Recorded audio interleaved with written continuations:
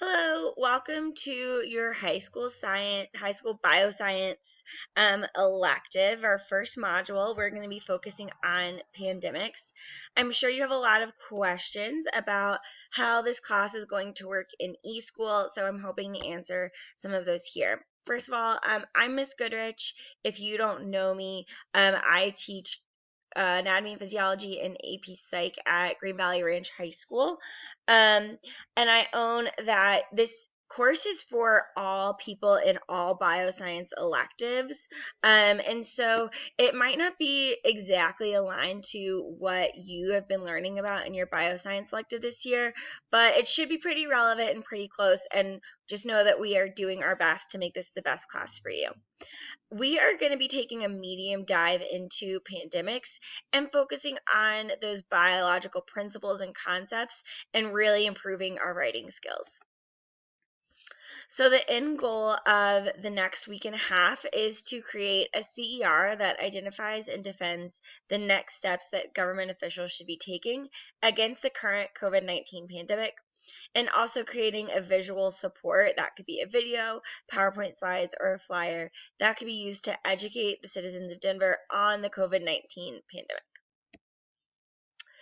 So this is our schedule. I know the schedule might be a little confusing. I know I'm still getting used to it, so it's okay if you are too. So today is April 8th, right? So we're right here. And we are going to be finishing Module 1 today.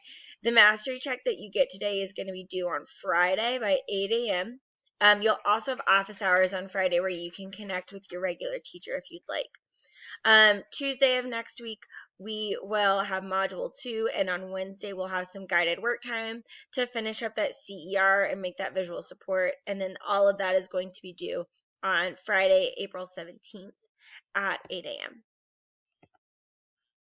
So just some general expectations of the course. You are expected to complete the work within this identified elective time block. That means that you should not feel like you have a lot of work outside of this hour, that you are able to complete everything at this time. And also your regular teacher will be available during that block for questions and feedback. So if I am not your regular bioscience elective teacher, that's fine. Reach out to your regular bioscience elective teacher if you have any questions. So what I want you to do right now is think about your goal over the next week and a half. I know this is a challenging time for a lot of people, but I want you to think about one thing you really want to focus on this over the next week and a half and identify that in the identified spot in your class packet. Some ideas could be to complete all work during the specified time so that you don't have to do any work outside of the school hours. Or to communicate with your teacher during each class period to check for understanding. Take 30 seconds to identify that goal.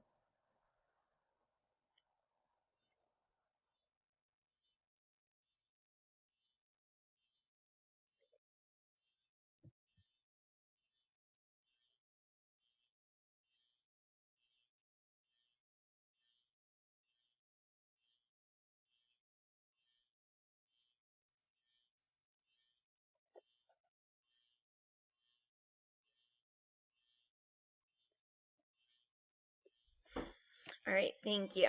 So what we're going to start with today is just a quick review of viruses and bacteria. So as 11th and 12th graders, you should know most of these things. Hopefully this is just a refresher for you. So some major differences between viruses and bacteria. Viruses are smaller. They can't survive without a host, and that word survive is even kind of weird because viruses aren't actually alive. They're not considered living things. Pretty much all viruses are going to cause a disease or an illness, but they can also be prevented with vaccines. Bacteria, on the other hand, are larger. They're definitely alive. They do not need a host cell in order to survive. Actually, most bacteria are beneficial, right? While they can be kind of scary and we think of them as germs, most of them are doing really great things for us. And bacteria can be treated with antibiotics if they become a problem.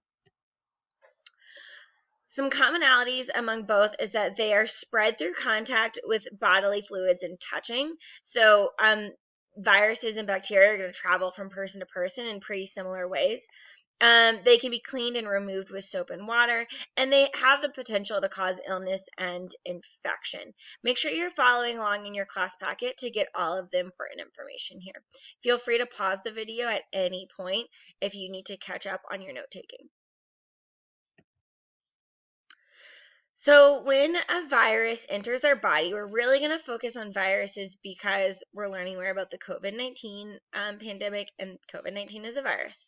So we have a few options. First, the virus could invade the host cell, and if that happens, the immune system can no longer see and fight that virus. This would lead to the infected cells allowing other cells to see what's inside of them. There's some pretty complex systems in place that allow this to happen. If we're just looking at the basic overview, this is what we see. And then T cells are specific cells that are looking out for these infections. Next, cytotoxic T cells can now kill those infected cells, and we see those infected cells producing what are called interferons that stop the virus from replicating. So we also have another option, right? So another thing that could happen is that antibodies detect that virus before it even gets to the host cell, and they're able to neutralize it. But in order for antibodies to do this, as you probably already know, they have to know and recognize that virus. So if there's a new virus that your body's never seen or been exposed to before, then that step will probably not be able to happen. So what we're going to do next is look at some common viruses. You have an exploration in your class packet. I want you to follow the following steps. Read the articles that are linked in your class packet, fill out the table there in your class packet, and be sure to reach out to your teacher with any questions if you have any as we go. One thing I want to clarify is that you might need to navigate away from that landing page that the link is to. You might need to do a little exploring in order to find all of the answers. You have 12 minutes to get this done. Go for it.